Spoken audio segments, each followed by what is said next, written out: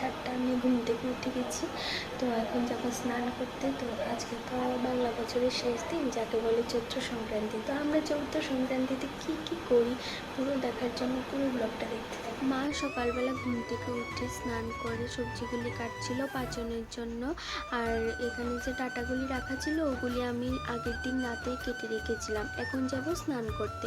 স্নানের জন্য লাগবে নিম আর হলুদ দিয়ে স্নান করতে হয়, এটা একটা রিচুয়ালসের মধ্যে আছে। এই সাতুর লাড়ুগুলি এসেছে আমার দাদুর বাড়ি থেকে, যেটা আমি খেতে এত একটা পছন্দ করি না, কিন্তু খেতে হবে, নিয়ম। স্নান করে এসে এগুলি খেতে হবে, মুড়ি, চিড়ে, খই, দই, মিষ্টি, সাতুর লাড়ু, সাতু দিয়ে এগুলি খেতে হবে। আমি যেহেতু সাতুটা পছন্দ করি না, তার জন্য আমাকে এগুলি দিয়ে দিয়েছে, কিন্তু আমি এটাও পুরো খেতে পারিনি, একটু খেয়ে লাস্টে আর বাকিটা রয়ে গেছে, কিন্তু আমি খেতে পারিনি, অত একটা পছন্দ নয় আমার এই জিনিসটা। এখন মা বসিয়ে দেবে পাচন। তো কড়াইতে তেল দিয়ে দিয়েছে, শুকনো লঙ্কা, তারপরে কি বলে এগুলি গরম হলে দেবে মশলাগুলো কষিয়ে সবজিগুলো দিয়ে দেবে, নামিয়ে ঘি দিয়ে দেবে। সোজাই আছে, আমি তো শিখিনি। আবার অনেকের বাড়িতে আছে কি শুক্তো রান্না করে ওই দিনে, আবার অনেকে রান্না করে কাঁঠালের ইঁচড়। কার বাড়িতে কি রান্না করে আমাকে একটু কমেন্ট বক্সে জানিও। আমার তো ভালো লাগে, আমার তো পাচনই ভালো লাগে। চৈত্র মাস এলেই ভাবি কবে এই দিনটা আসবে, আমি পাচন খাবো, কিন্তু এই দিনটা তো দেখতে দেখতেই চলে যায়। দেখো আমাদের বাড়িতে কিভাবে রান্না করা হয় পাচনটা, আমার তো খুব ভালো লাগে আমার মায়ের হাতে পাচন।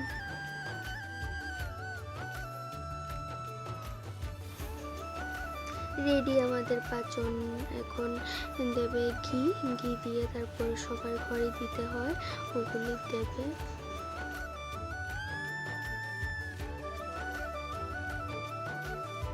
শুধু পাচন দিয়ে তো ভাত খাওয়া যাবে না, তার জন্য আমি করছি ডালের বড়া, তারপর মা ওইদিকে আমডাল করছিল, তারপর আর কি করছিল ভাজি।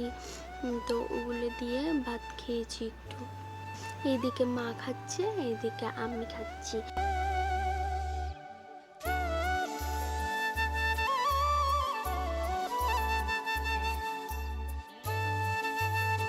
আমাদের খাওয়া শেষ, বাবু এসেছিল দোকান থেকে, বাবু খাবে।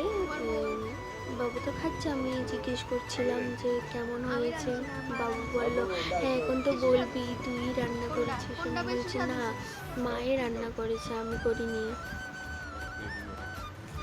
এত গরম পড়ছিল না, তো এই জন্য মা দই দিয়ে একটা লাস্সির মতো বানিয়ে দিল, আর খেতেও খুব টেস্ট হয়েছে। আর আমি আর বাবু এখানে খেয়ে নিচ্ছি, তারপর যাবো একটা মেলাতে যাওয়ার জন্য রেডি হয়ে গেছি। দেখো এই দেখো আমাকে নিতে আমার বন্ধু চলে এসছে, আমি আর ও যাচ্ছি রাস্তা দিয়ে। আমাদের বাড়ির পাশেই মেলাটা হয়, অনেক বড় করেই হয় মেলাটা।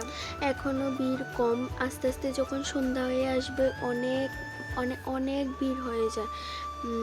এখনো তো কিছুই হয়নি, গাছ ওঠাবে। এটা আমার আরেকটা বান্ধবী প্রিয়া, ওর নিজেরও একটা ব্লগ চ্যানেল আছে, আমি মেনশন করে দেব, সবাই ওকে সাবস্ক্রাইব করে দিও। এ হলো বর্ডার, ইন্ডিয়া বাংলাদেশ বর্ডার। আর এখানে এক সময় আমরা এই মানে এই দিনে তার কাটা যখন ছিল না, তখন ওই দিকের মানুষগুলো এখানে আসতো, মেলা উপভোগ করতো, কেনাকাটা করতো, আর আমরা ওই দিকে যেতাম, মানে ওগুলো সব কিছু মানে সবগুলো দেখতাম, খুব মজা হতো। এখন তার কাটা পড়ে গেছে, তো এখন আমরাও যেতে পারি না, ওরাও আসতে পারে না, তো ওরা ওইখান থেকে এখানে দেখে থাকে কি হয় কি না হয়, আনন্দ করে। আর আমরাও এখানে দেখে থাকি, যদি যেতে পারতাম তখন ভাবতাম ছোটো থাকতে মনে বেশ ছিল, যেতে পারতাম, এখন তো যেতেও দেয় না।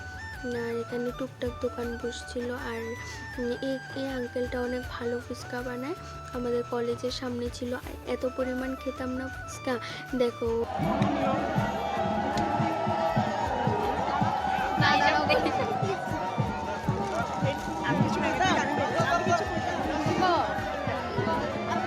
এটা হচ্ছে আমার বান্ধবীর চ্যানেল, আপনারা অবশ্যই সবাই সাবস্ক্রাইব করে দেবেন, আর অবশ্যই লাইক কমেন্ট করে দেবেন।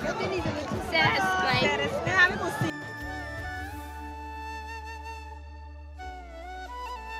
এখানে সবাই ধূপকাঠি মোমবাতি জ্বালায়। আর ওইদিকে গাছটা উঠবে, এখন ছোট গাছটা উঠে গেছে অলরেডি, আর বড় গাছটা উঠবে। ওইটার মাঝখানেও অনেকটা কাহিনী আছে।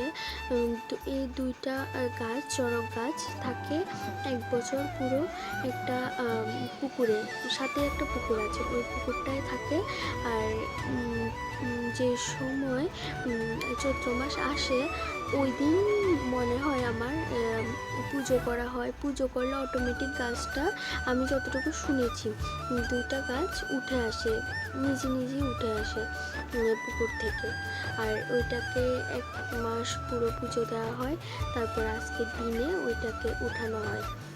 তারপরে শিবগুলোকে, ঠাকুরগুলোকে ঘোরানো হয়।